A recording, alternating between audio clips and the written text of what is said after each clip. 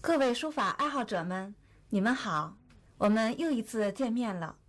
前2集我给大家介绍了章法布局，还有书法作品的形式。关于书法的一幅完整作品，还有一个内容想给大家介绍，那就是落款和用印。好，首先我们来介绍一下落款。什么是落款呢？我们在写完了正文之后，要把自己的名字等一些相关的内容写在作品上面。那么这一部分作品，这一部分的内容就叫做落款。如果说正文是主角，那么落款就是配角了。配角也很重要，它起到了点缀、补救、画龙点睛的作用。您可千万不要小看它，它对于您的一个作品的完整和完美起着至关重要的作用。以前在我书写最开始的时候，我就忽略了这个问题，每次都认认真真的写正文，到了最后就匆匆忙忙的把落款落了，结果功亏一篑。所以在这儿希望大家吸取我的教训，要认真落款。下面我们就来看一下怎样落款。请大家看，我们在写完作品之后，可以落上穷款或者是繁款。所谓穷款，就是指在这幅作品写完了之后，您可以直接落上自己的名字。比如说像我李争艳，甚至就可以连姓儿都不要，直接落一个争艳就可以了。所谓穷嘛，就是少的意思。这样不仅让这篇作品可以说有了落款，而且在一定程度上对于初学者来说是一种可以说掩盖自己落款不太好的这个不足。那我们在落款的时候还可以采取繁款的形式，比如讲这一篇作品，这篇作品不仅有上款，还有下款，它的字数非常多，我们称之为繁款。可以写上这幅作品是哪一年写的，或者是作品的内容是什么，以及我写作品当时的心情、书写的地点等等。另外，有人要求您写字儿，您还可以在上款上写谁谁谁指正，谁谁谁汇存等等等等。这样不仅表示恭敬，而且还为作品增加了形式内容的美。这是我给大家介绍的穷款和繁款。那么在落款时候我们要注意些什么呢？首先，第一，不要把落款的字写得特别大，甚至说都超出了正文的字，那你就主次不分了。第二，我们落款的位置是很讲究的。您看这2幅作品都是这样，落款要低于第1个字，同时它的结尾比我们的正文的字要短，平行甚至超过去，这都不太合适。除此之外，我们还可以看到落款与正文的这个左右的关系要适中。如果落得太远，我们就感觉到这幅作品太松散了；如果落得太近，又感觉到很紧促，好像喘不过气来。第四，我们要注意落款的字。那么字呢，最好用行书、楷书去写。最后，因为我们落款还要盖印，因此写完的落款要留出盖印的位置。以上就是介绍落款。那么用印呢？大家来看，我们有很多的印章。那么在我们的这个作品之中，随着您的需要，要选择相应的印章。您看我的桌上有大大小小的印章，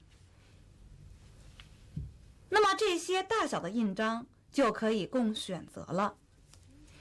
印章它的内容因情况而定。首先呢，有2大部分，一个是大家看红字儿的，这就是我们经常说的阳文，盖出来的字是红色。还有一个呢是阴文，也就是白字儿。这2种都可以用，最好在作品之中能够穿插着用。一般我们在进行刻这个印章的时候，比如说姓名啊，我的姓可以用上面这种形式红字儿的，那么我的名儿征彦就可以用这种阴文的形式，这样呢给它区别开。除了这种方形的印章以外，还有其他的，比如说随行章。大家看，随行章是随形状的，一般我们的姓名章都是方块的正方形的，那么随行章可以是这样长方形，也可以是这种圆形或者是不规则形状。你看这个就是不规则形状，这叫随行章，随它的形体而去刻。那么随行章一般都用在作品的开始，写上的内容呢也因情调而定，比如说有快乐、吉祥、美好等等这些诗句或者是祝福的词语。这就是我们讲到的印章。那印章怎样盖呢？大家来看一下，关于印章的盖也分为3个注意的事项。第一，如果我们的字比较大，作品比较大，就要选择比较大的印章；如果我们的字小，就当然要选小印章了。除此之外，还有就是印章在一幅作品之中不要盖得太多，1枚或者到2、3枚就可以了，不要通篇都在盖这有点像鉴赏的意思了。除此之外，要注意它的位置，这是第3点在引首章，也就是要盖在第1个字儿和第2个字儿中间开头。那么在最后，我们可以看到这个章不要超过我们正文的底线。如果要一阴一阳要刻的话，要盖那我们最好呢先把这个姓儿，也就是说红字儿的盖在上面，名儿白字儿的盖在底下，注意一下它之间的距离就可以了。总而言之，一幅非常美的作品要有我们的正文积极向上，写得很好的书体。第二呢，要有很漂亮和谐的落款。除此之外，还有1点2点的红，这就是印章，这就构成了作品的和谐美。好了，关于这个落款和用印，我们就介绍到这里。那么以上6讲是给大家介绍了相关的书学技艺，希望这一部分能对您写好书法有一些帮助。下面我们就进入练字时间。今天我们想把上一节给大家介绍的张骞碑进行集字练习。那么我今天选择的方式是用对联的形式，请大家看，我选择的纸是瓦当撒金宣，有颜色黄颜色的撒金宣，上面有些亮点，然后呢瓦当的形式。因为我要写一共8个字，东方巨龙，万里长城，所以呢采取这样的方式来写。好，我们首先来写上联，东方巨龙。我们在写之前可以先回忆上次我们学的张骞碑，它的特点比较扁，比较方，字呢比较方硬，抓住这样的特点来去写这个字，一般就不会出什么大问题了。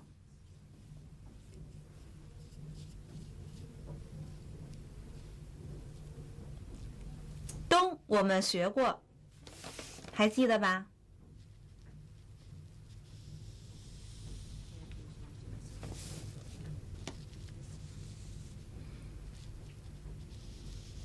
注意用笔的力度。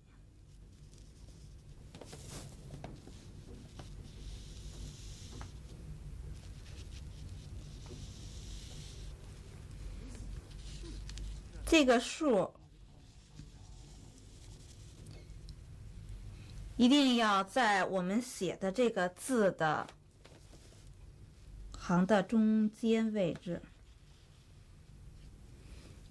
它的定位基本上就定下了下面我们要写字的这条中心线。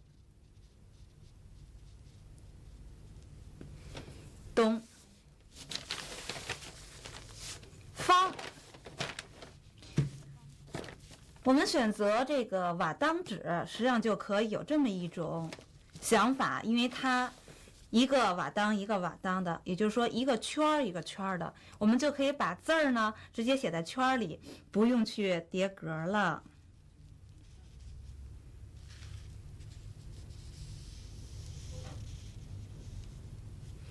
大家来看啊，我之所以点这个点，你看跟上面要对准基本对准，这样呢就是位置就不会太偏离。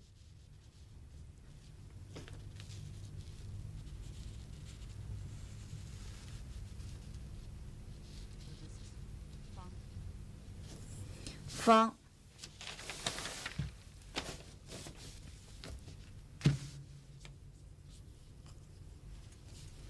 句，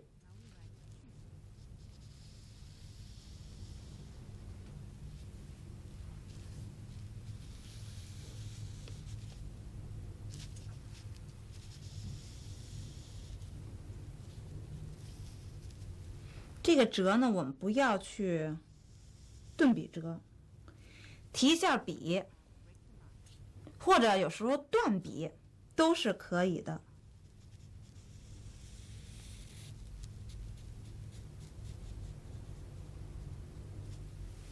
那大家可以注意到，这句有几个横儿，那么我们为了让它有变化，可以把前几个横儿写的近一点，最后这一个横儿呢距离宽一点。龙，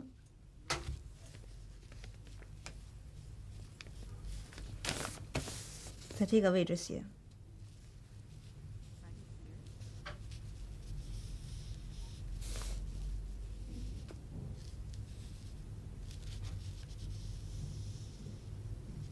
轻收笔，提，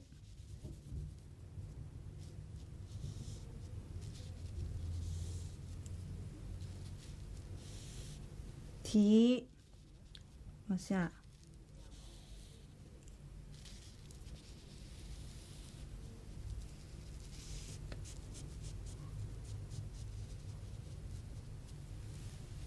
稍微有一点飞白也是可以的。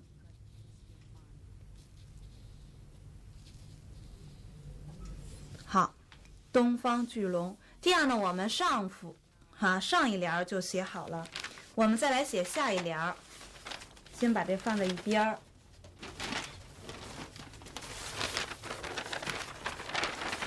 看好了方向。下一联呢是万里长城。那我们要注意还是这个在格里面，在这个瓦当里面去写。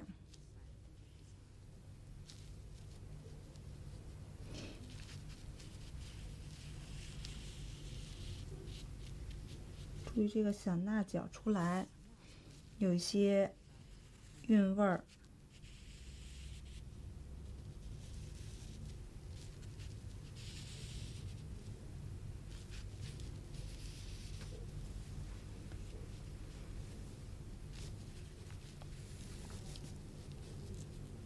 有一些小的笔画呢，需要比较精致的写出来。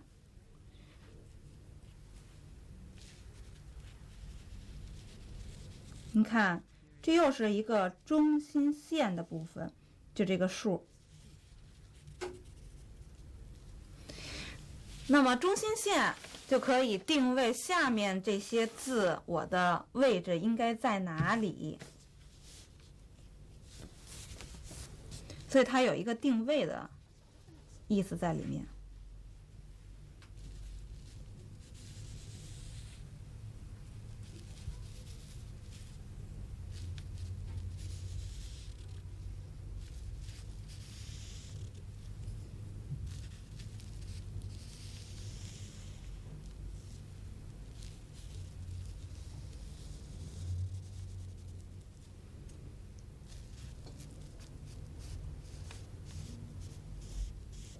那我们这个由于墨相对来说可能比较少了，我们慢慢的写啊，出现了一些飞白，这是挺自然的一种现象。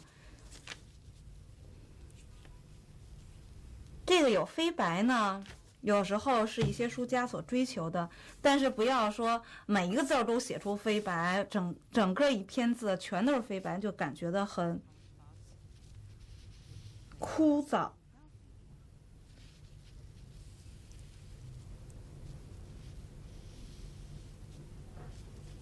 所以我们看我们这儿有一些润笔，有一些枯笔，让它形成一个强烈的对比。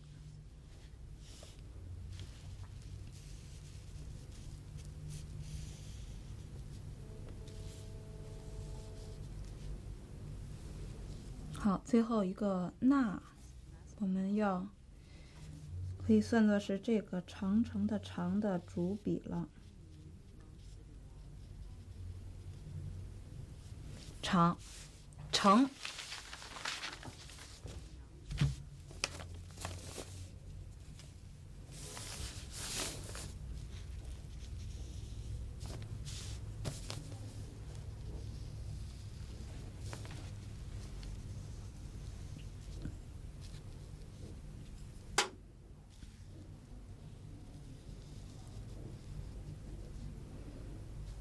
注意写这个笔到时候要有力度。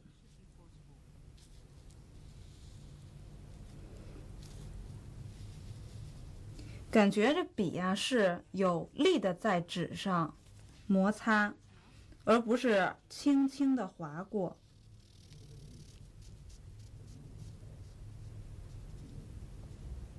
转笔，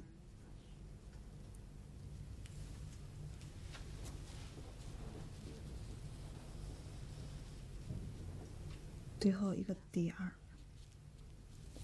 好。那么这个下联呢，我们也写好了。最后我们落上款儿。那我们落一个穷款吧。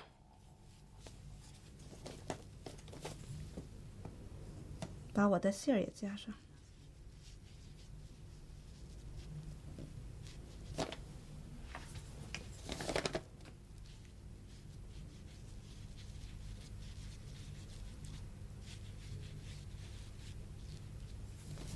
好，那么现在呢，我们要去盖章了。那盖章呢，我想盖2个章，这样一个，这块一个。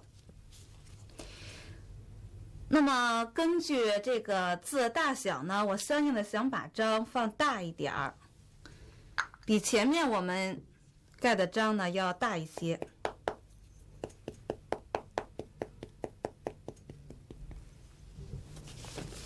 好，底下放一本书。我们看啊，这我们曾经讲过的，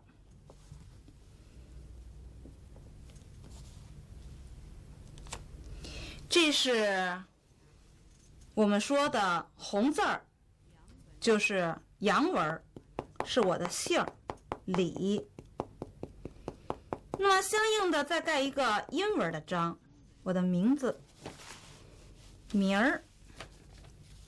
那如果要盖得太近呢，就觉得很紧了啊，因为要整篇去考虑，所以呢，我想搁在这儿比较合适。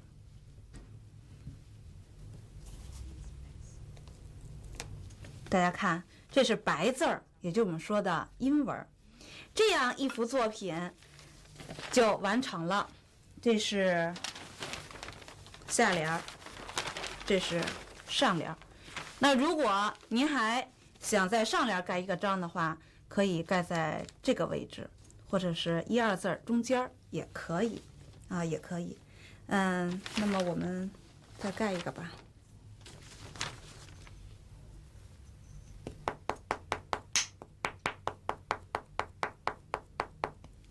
这是一个随行章，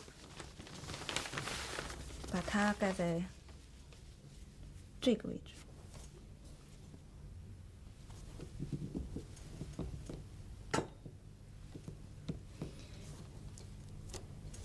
好，这样呢看上去就很完美了。好，今天呢就给大家示范到这里，希望同学们可以自己找一些字集成联儿加以练习。今天就到这儿，再见。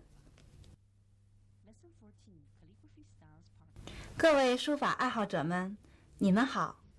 前几集我给大家介绍了有关的书法知识，比如说文房四宝，另外还介绍了书学技艺。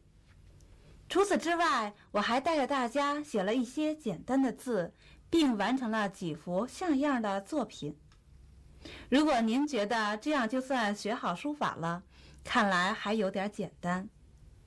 那么由于时间关系，我为大家主要来介绍几种中国书法的书体，比如讲金文、甲骨文、小篆、隶书、行书、草书、楷书。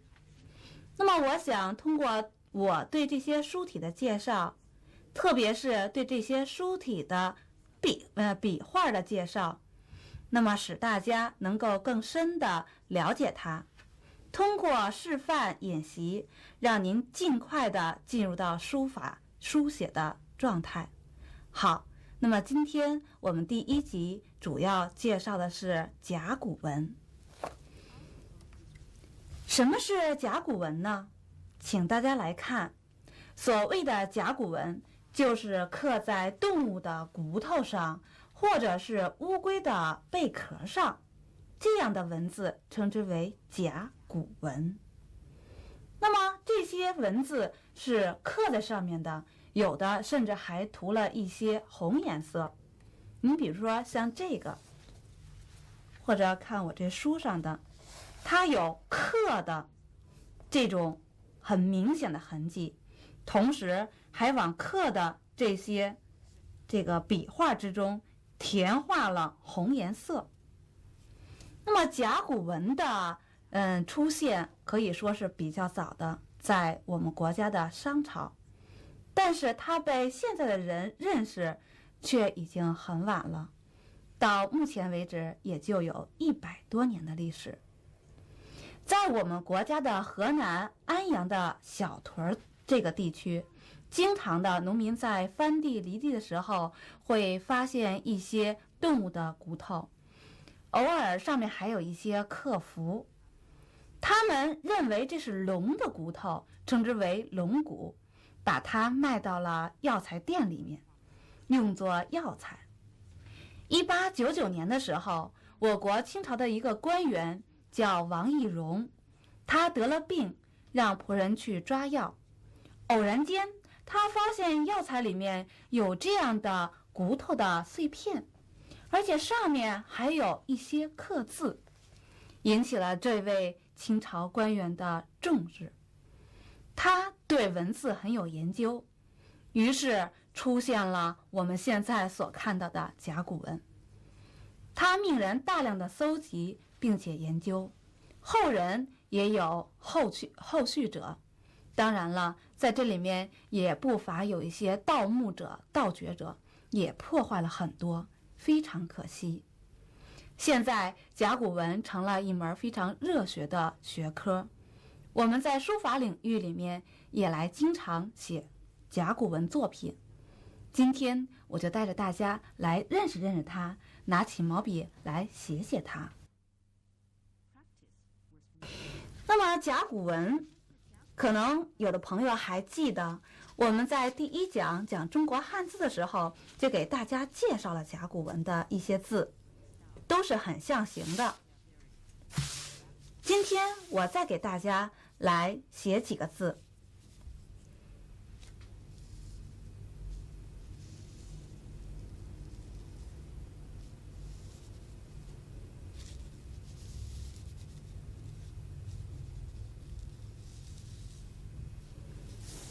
我不说这个字叫什么，您能看得出来它是什么字吗？这像不像一个孩子的头，两只小手，这是身子，像不像？就是我们现在所写的这个字，子，孩子的子，小孩头挺大。那么小手呢，都会向上举着，这就是子。有时候我们可能还会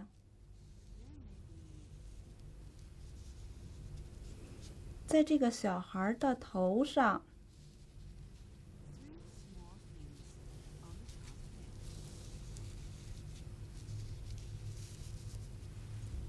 有这三个像头发一样的东西，这也是子。那么甲骨文中的字它不太定型，一个字可能有很多种写法，比如说上面不长头发的，还有上面长头发的或者是这身子向左歪的，向右歪的都行再比如给大家再写一个，也是多种形态。这是什么呢？月亮的月，可以这么写。有时候我们可以在里面再加一点儿，也都行。月亮的月，很象形的。再比如说，我们写一个这个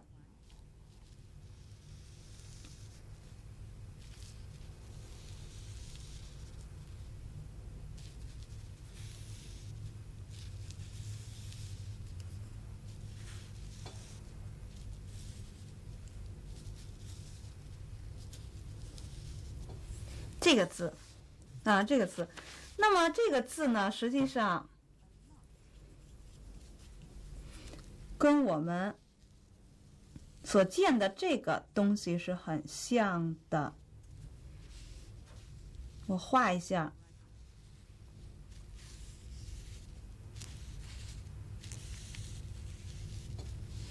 这个3个足的鼎是很像的那如果我们把它要是，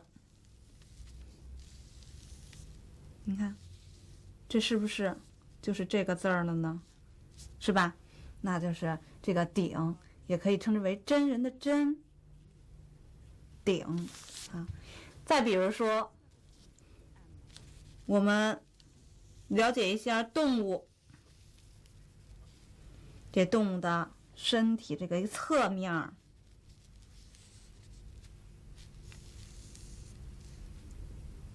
这是动物的2条腿，胖胖的肚子，这是什么字呢？这个字是就是猪的意思。猪的肚子最大最胖那么这个就是很多的象形字象形字。那甲骨文很重要的一个特点就是这个。下面我们再来写几个字。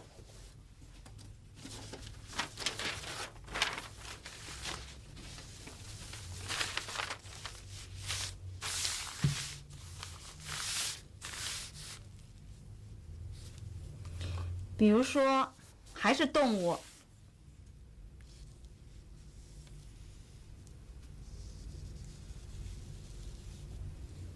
这动物的头部，大大的眼睛啊，有时候这儿还会显示一下这嘴的样子。这是动物的脊背、尾巴、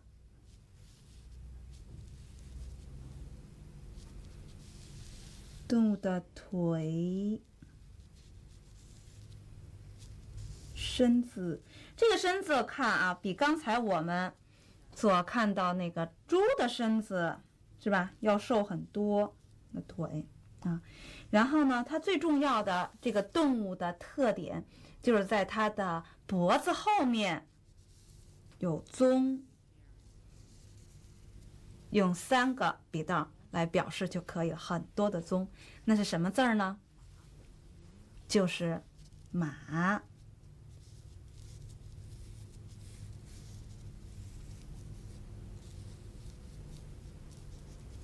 马啊，这个毛的鬃毛，那是它最大的一个特点。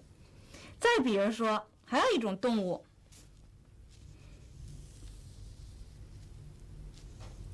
嘴是裂开的。你想想什么动物是嘴是裂开的？大眼睛。那么它的身子不大，身子不大。大家注意它的尾巴很短，大眼睛，嘴是裂开的啊。那么尾巴很短，这是什么呀？兔子的兔。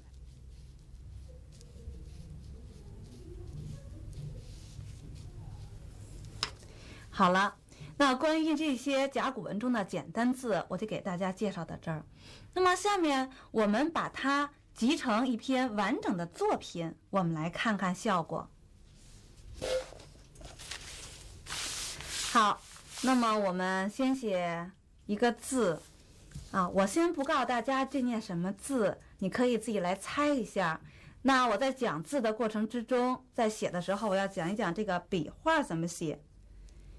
那么由于它是刻在动物的骨头或者龟甲上面的，所以我们在写的过程之中呢，要有一种刀刻的感觉。那么用笔也有藏锋和逆锋啊。你看笔呢是比较有力量的。那么到这儿可以不收笔，直接拖到为止就可以了。这一笔我们你看，想往右走，先往左走，而到这儿我们有这收的动作就可以了。后面有一点儿这个毛边没事儿，这儿收一下，也不能都是毛边啊，就是它也应该有变化。你看，就是在这个字笔画有转折地方，要显示出它的刀刻的这种力度。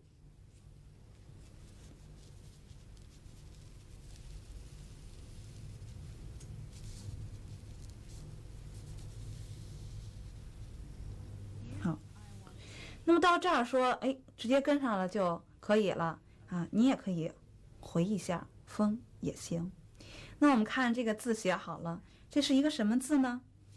我们看这里面，这刚才我讲过，这是一头猪哈。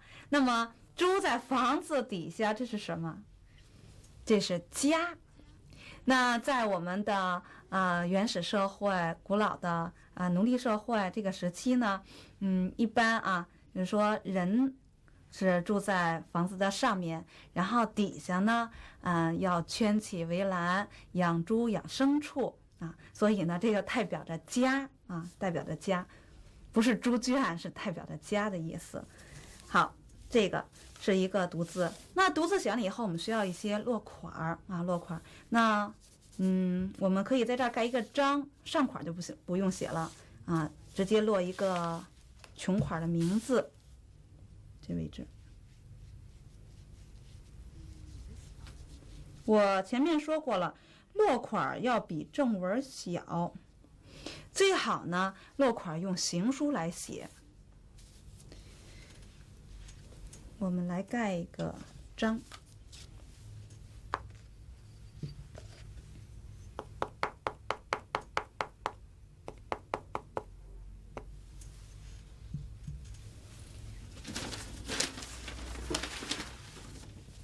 底下垫一本书，盖在这上面就有点太靠上了，这儿也不好，这一块看上去啊就相对比较舒服一些。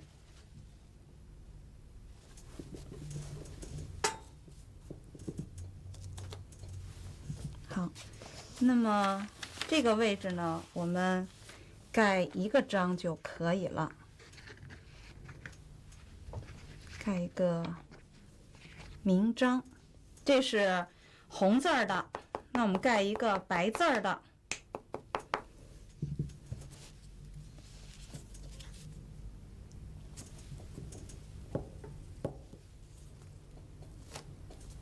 你看，这样就很漂亮了。我们再写一个词儿，马车。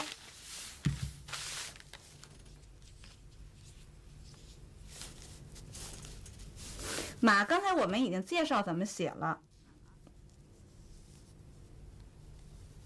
大眼睛，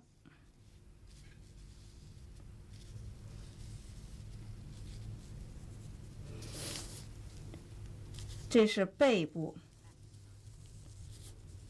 然后有转折的地方要交代一下，回笔，尾部，肚子。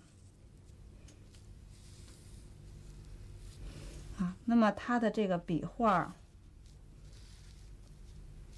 我们也可以采取这个腿部这么写。背上的鬃毛是绝对不能落下的，这是马的一个最大的一个特征。车，我们看也是非常象形的。车的一个从上面看上去的一个形状，这是车辕，这是肯定要驾马的地方。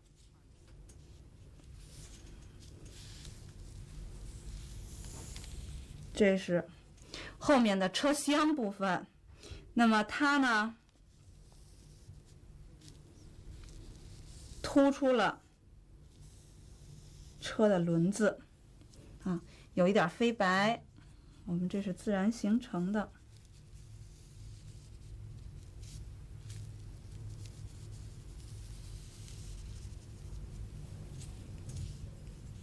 由于墨不够了，自然形成的飞白。马车，好，我们最后落上自己的名字。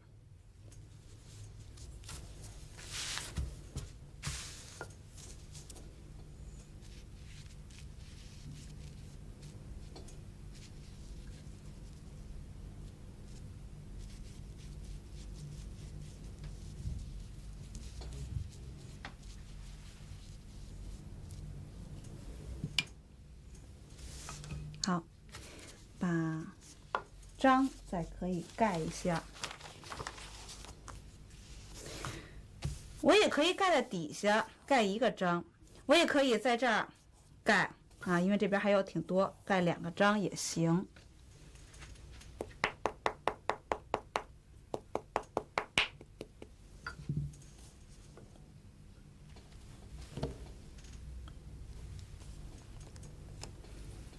的姓儿，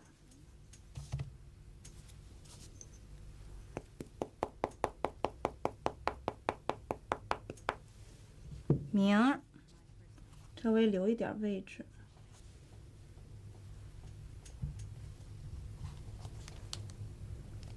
好，就可以了。那么在前面的部分呢，我们再把这个盖一下。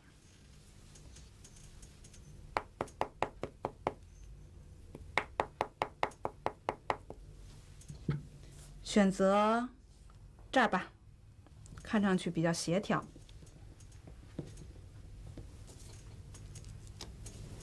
好，那么一幅作品马车也就写好了。我们采取的是横幅形式。那么还有一些方法，就请大家自己去探求吧。今天这一集我们就介绍到这里，下集见。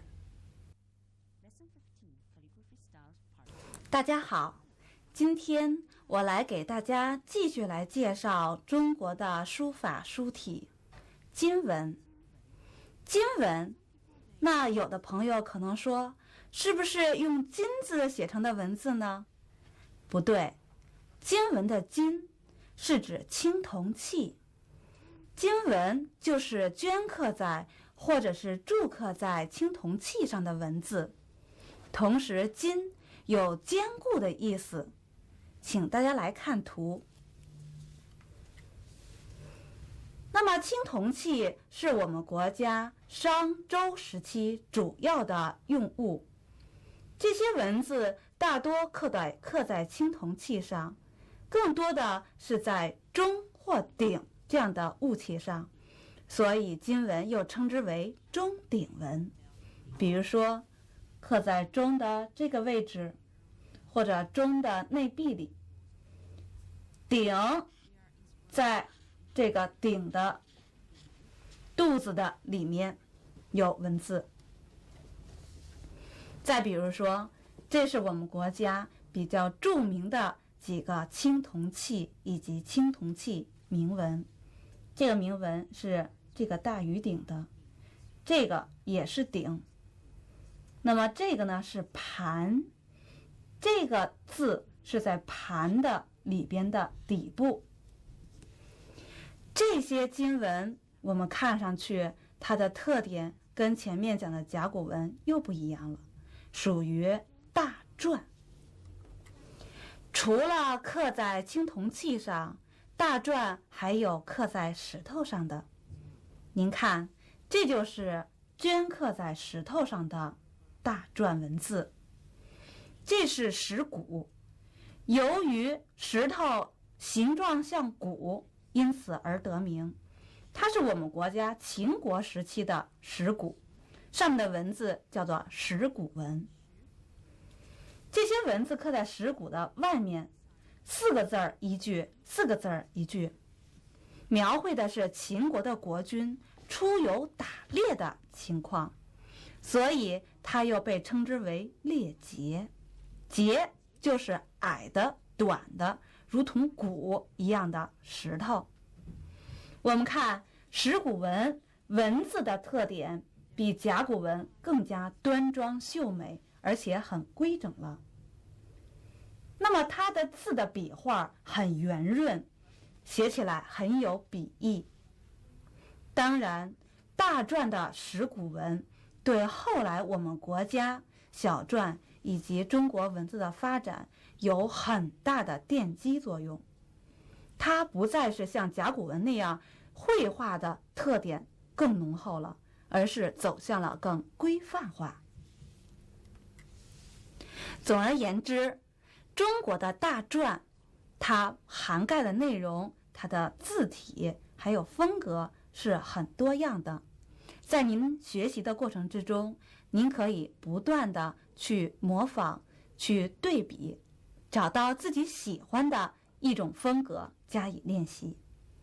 今天我们介绍就到这里，下面我们以石鼓文为例来进行写作练习。我手里拿的这本字帖就是秦石鼓文。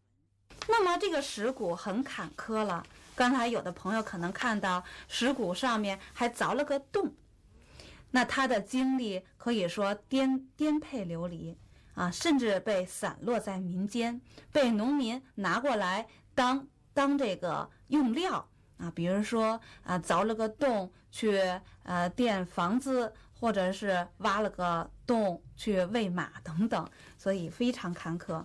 后来呢，被重视起来，现在藏在故宫博物院内。那么大家看到这个字，我们就会很明白为什么这么斑驳，甚至有的字就看不清楚了，因为他的经历太坎坷了，甚至有的字都看不到了。当然，您在练习的时候可以选择清楚的字来写。下面我们就找几个字来练练。比如说这个字，您应该认识吧？前面我们讲的甲骨文中有这个字“子”，那是一个方方的大大的脑袋。我们看这儿，笔画变得圆润了。可以先写这一笔，把这笔接上，用中锋让它笔画比较圆润，再接上这一笔，这是孩子的身体，这是一只手，这是一只手，子。那么我们看这个写字来呢，就比前面甲骨文相对来说要柔美一些。比如说在这个字，这个字看上去是好像是一个字，实际上它是两个字，什么呢？小鱼。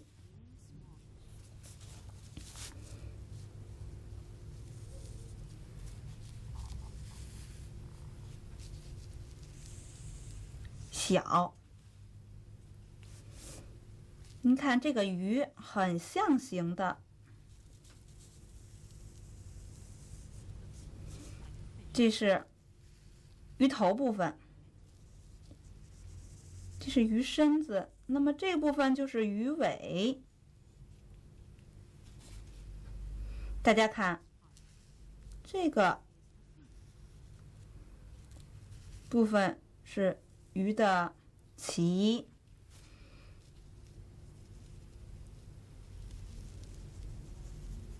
对称的另外一边还有鱼鳍。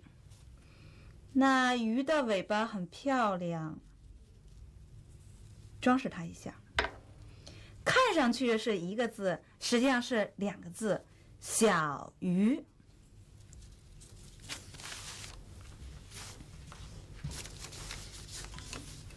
再比如说，我们写几个字，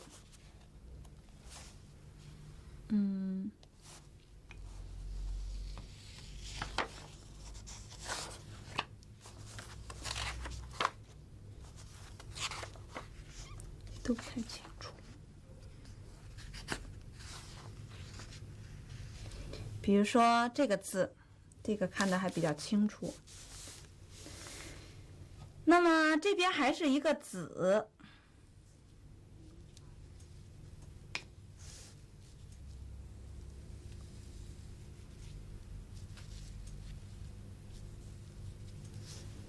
这边请大家看，一个人的侧面的形状，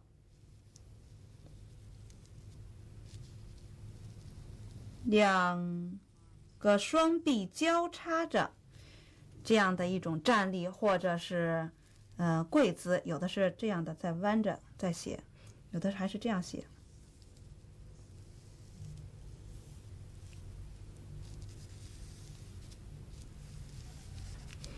这是个女字，那女啊有了孩子，这就人们特别是古人认为就非常好了，所以这个是好字。我现在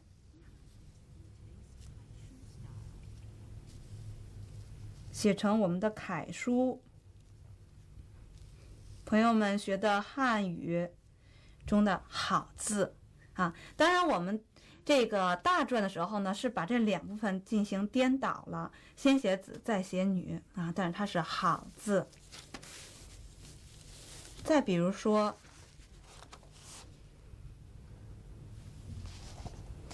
这个，我们曾经上节课也写过，车。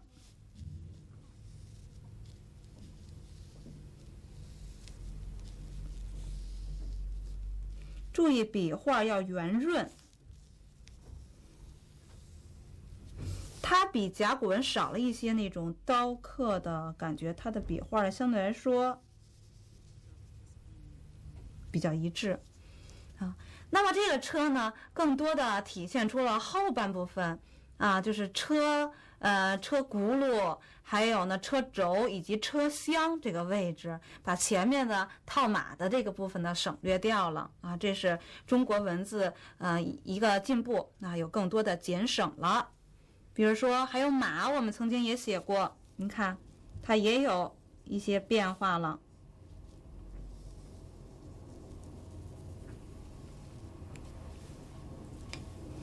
这个马鬃还是怎么减省也是没有减省下去的，因为这作为马这样的动物很重要的一个特征，马的腿、尾巴还是没有变的啊。那么它省略的是前面头、眼睛的部分。好，那么这是关于单字的介绍，我就给大家介绍到这儿。下面呢，我想带领大家一起写一幅完整的作品。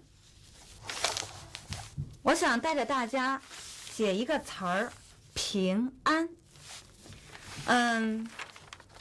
这个瓦当是这样啊，这儿还画了一匹马啊，那我们就这样竖着来去用这个瓦当纸。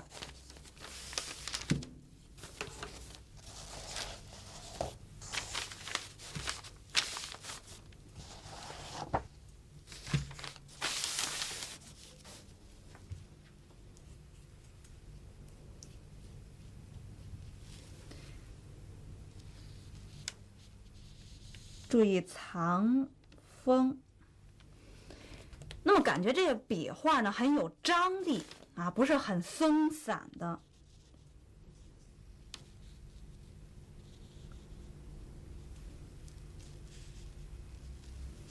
想往右走，先往左走，带一下。然后底下这笔呢是平安的平的主笔，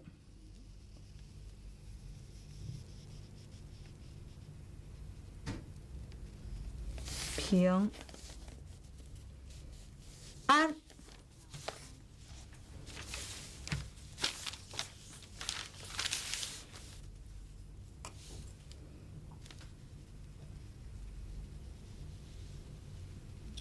注意笔锋，行走的路径。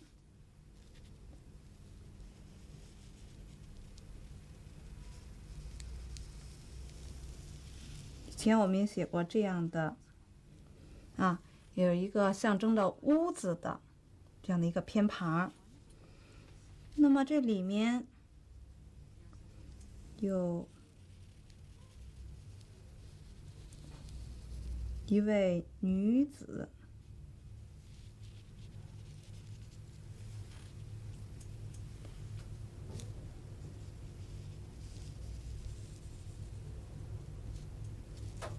那么双手交叉啊，跪卧在这个屋中，平平安安。好，那这样一幅字呢，正文部分我们就写完了。我们可以稍微落一个款儿。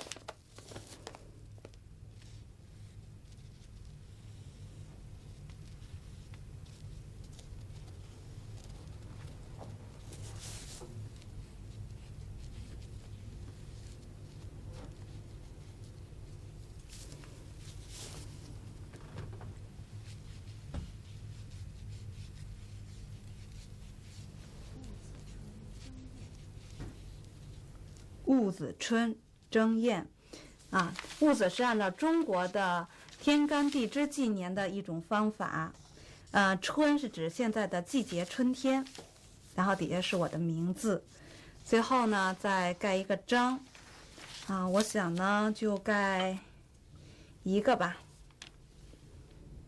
这样呢盖两个就有点显得太赘了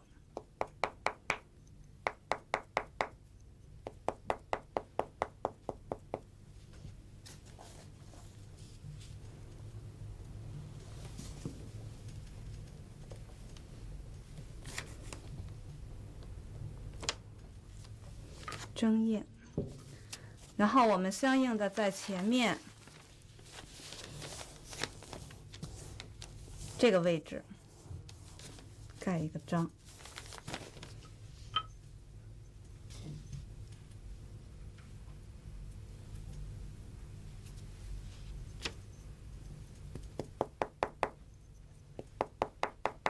那打印泥的时候呢，需要轻抬重压，让它每个边呢都沾上印泥。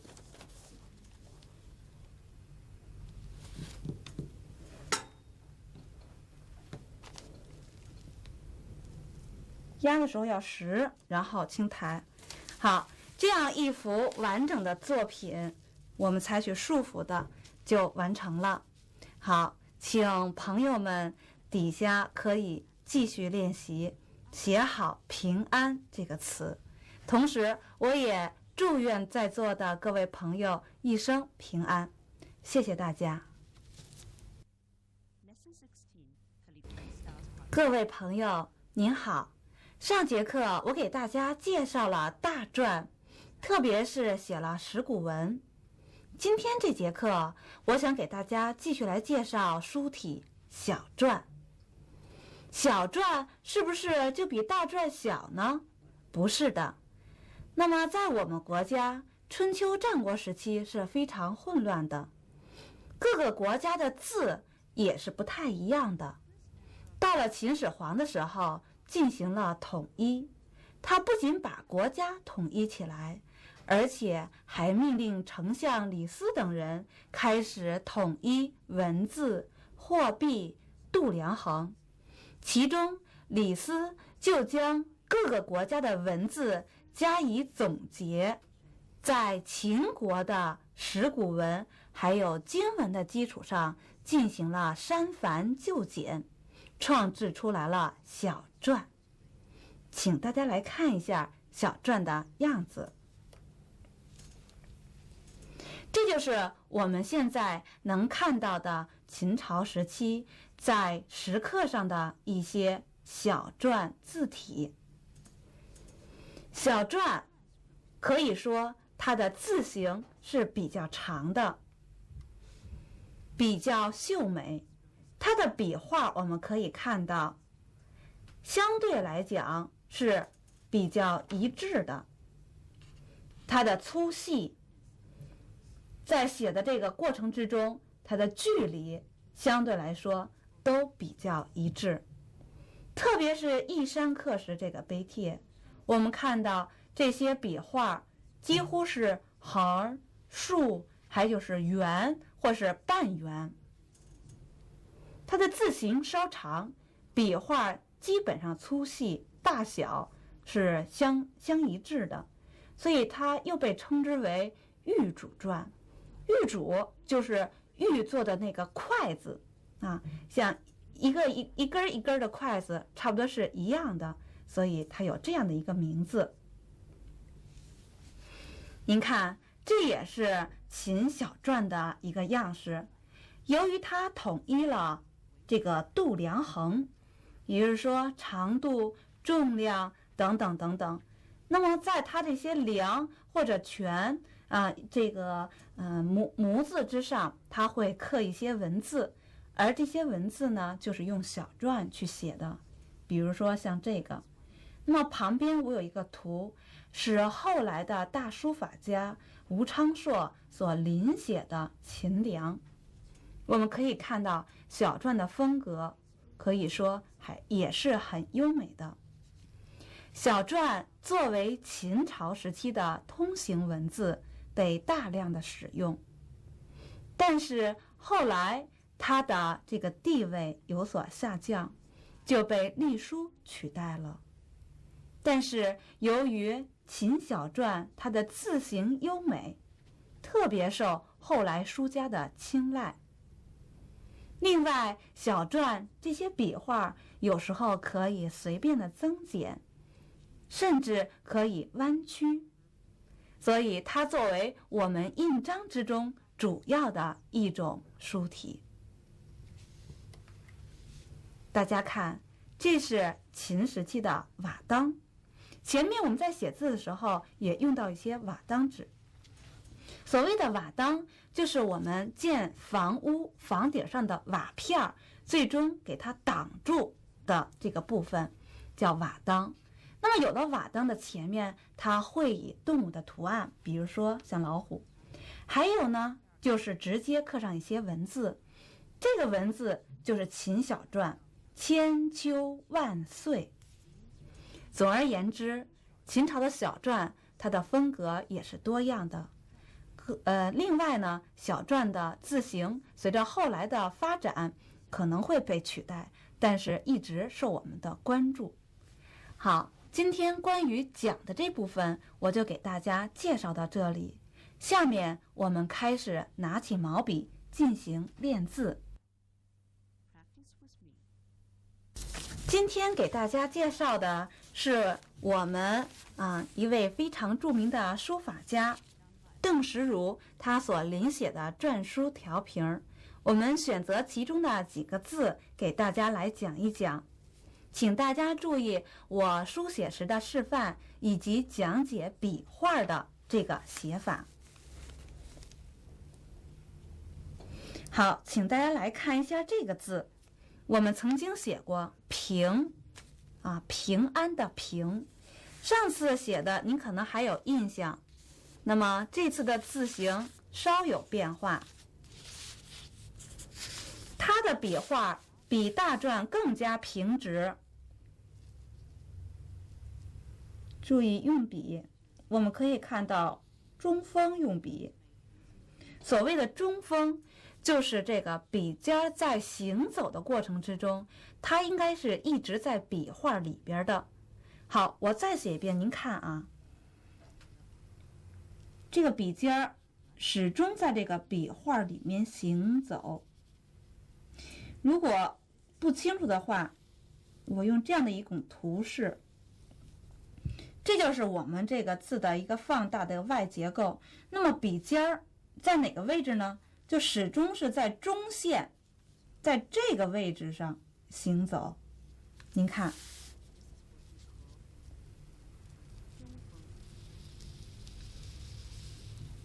这叫做中锋用笔。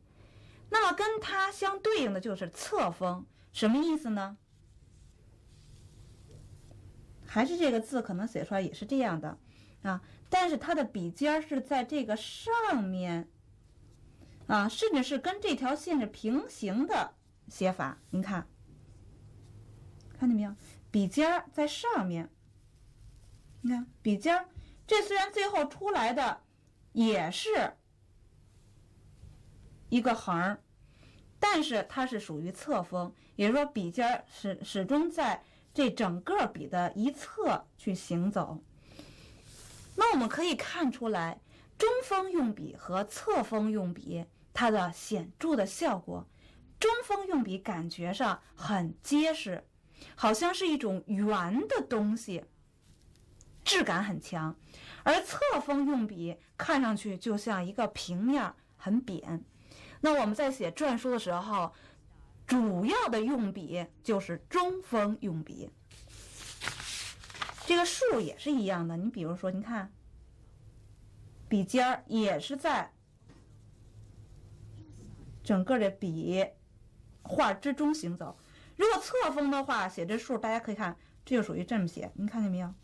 笔尖是在一边写的，那就容易感觉是一个片儿，就没有质感了。好，下面我们还是把这个平写完。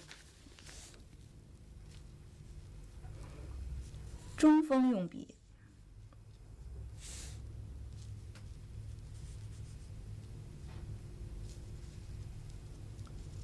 点也要有一个运行的过程，不要直接下笔就抬笔了。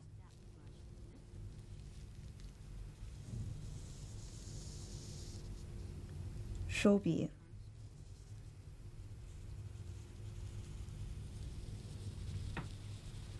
到最后你看我们可以收一下，这样写出来的字就感觉到很有力度，很饱满。再比如说我们写一个这个风，刮风的风，你看它的弯是很圆转的，不要很愣。比如说，不要是这样的写啊，一个拐弯一拐弯啊，就这样写，这样的写上去就很愣，因为它的笔画几乎是没有折的。一般呢就是横、竖或者是圆圈儿，或者是这种半圆啊，一般的折是没有的。这后来发展到隶书的时候才有折的用笔。你看，转弯是非常的自然。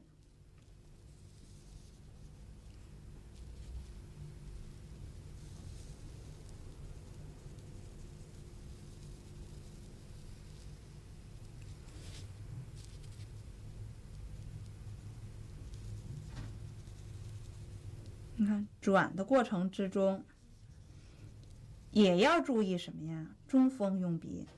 那有人在转的时候，哎呀，来不及了，来不及了，哎呦，就变成侧锋了啊。那我们可以慢一点儿，让这笔画始终的处于中锋的状态。您不要就是这样，一会儿就这么写了，您看就是成为一个扁片了。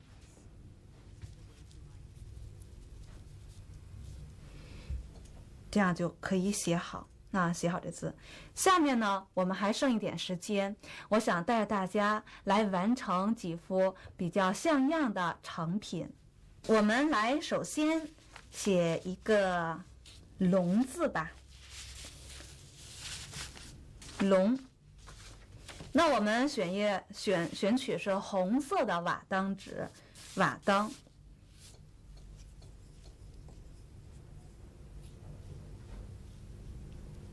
那么这个图案呢，我们把它放正，当然你要这样放呢，感觉就不太好，因为这图案是这个样子的，所以这么去写。所以在写字的时候，也要不要光注意这个字，有时候小的细节也请注意。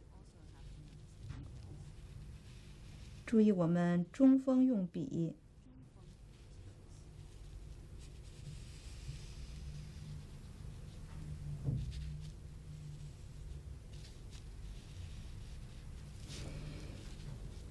不要求速度快，要注意写出的字形的优美以及笔画的正确性。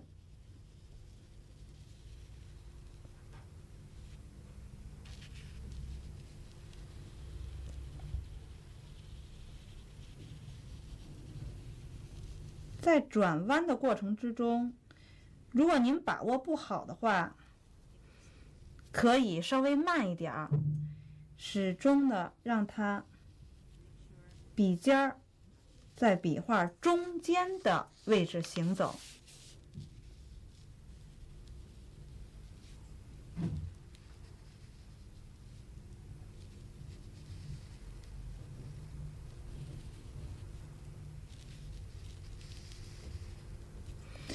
那写到这儿，有时候我看见有的朋友是这么写，转啊，有点费劲。您干脆就把它断开，然后再去写。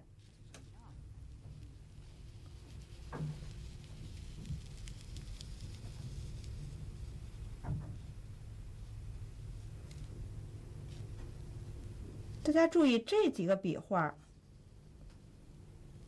您看这几个笔画呢是比较雷同的，那么注意呢，它稍有一些变化，同时还要注意它的之间的距离要几乎相等。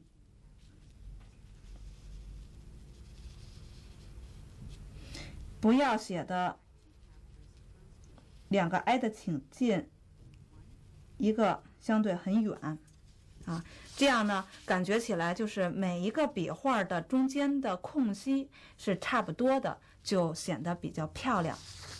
好，这是龙字。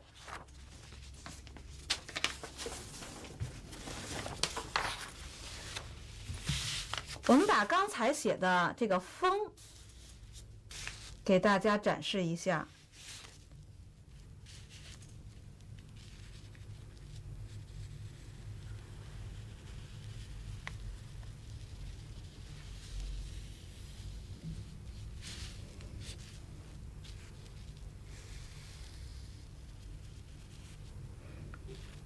先写这里面这一横比较容易把握。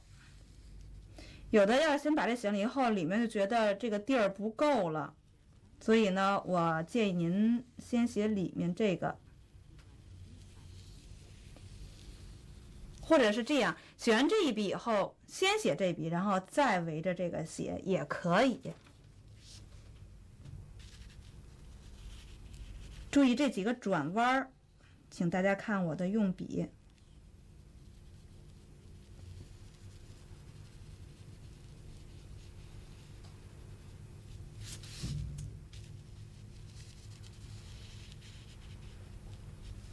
好，这个字也写好了。最后我们再写一个福字，幸福的福。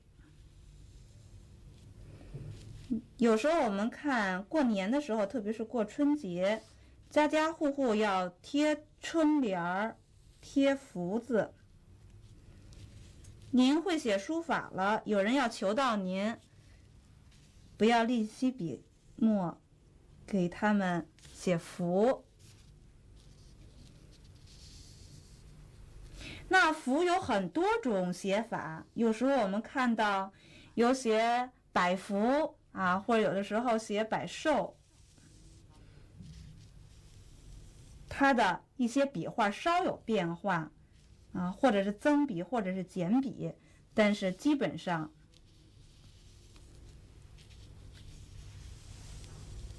应该是一致的。可以采取底下是一个圆的，或者底下写一方的也可以。好像是画一个叉子似的，实际上它是一个笔画啊。这样呢，福字就写好了。那在过节的时候呢，您可以把福这样倒着来贴啊，那就是我们中国人经常说的福到了。它一是指啊这个福字贴到了，还有一个就是这个幸福到您家了。好，今天就给大家介绍到这里，下节课我们再见。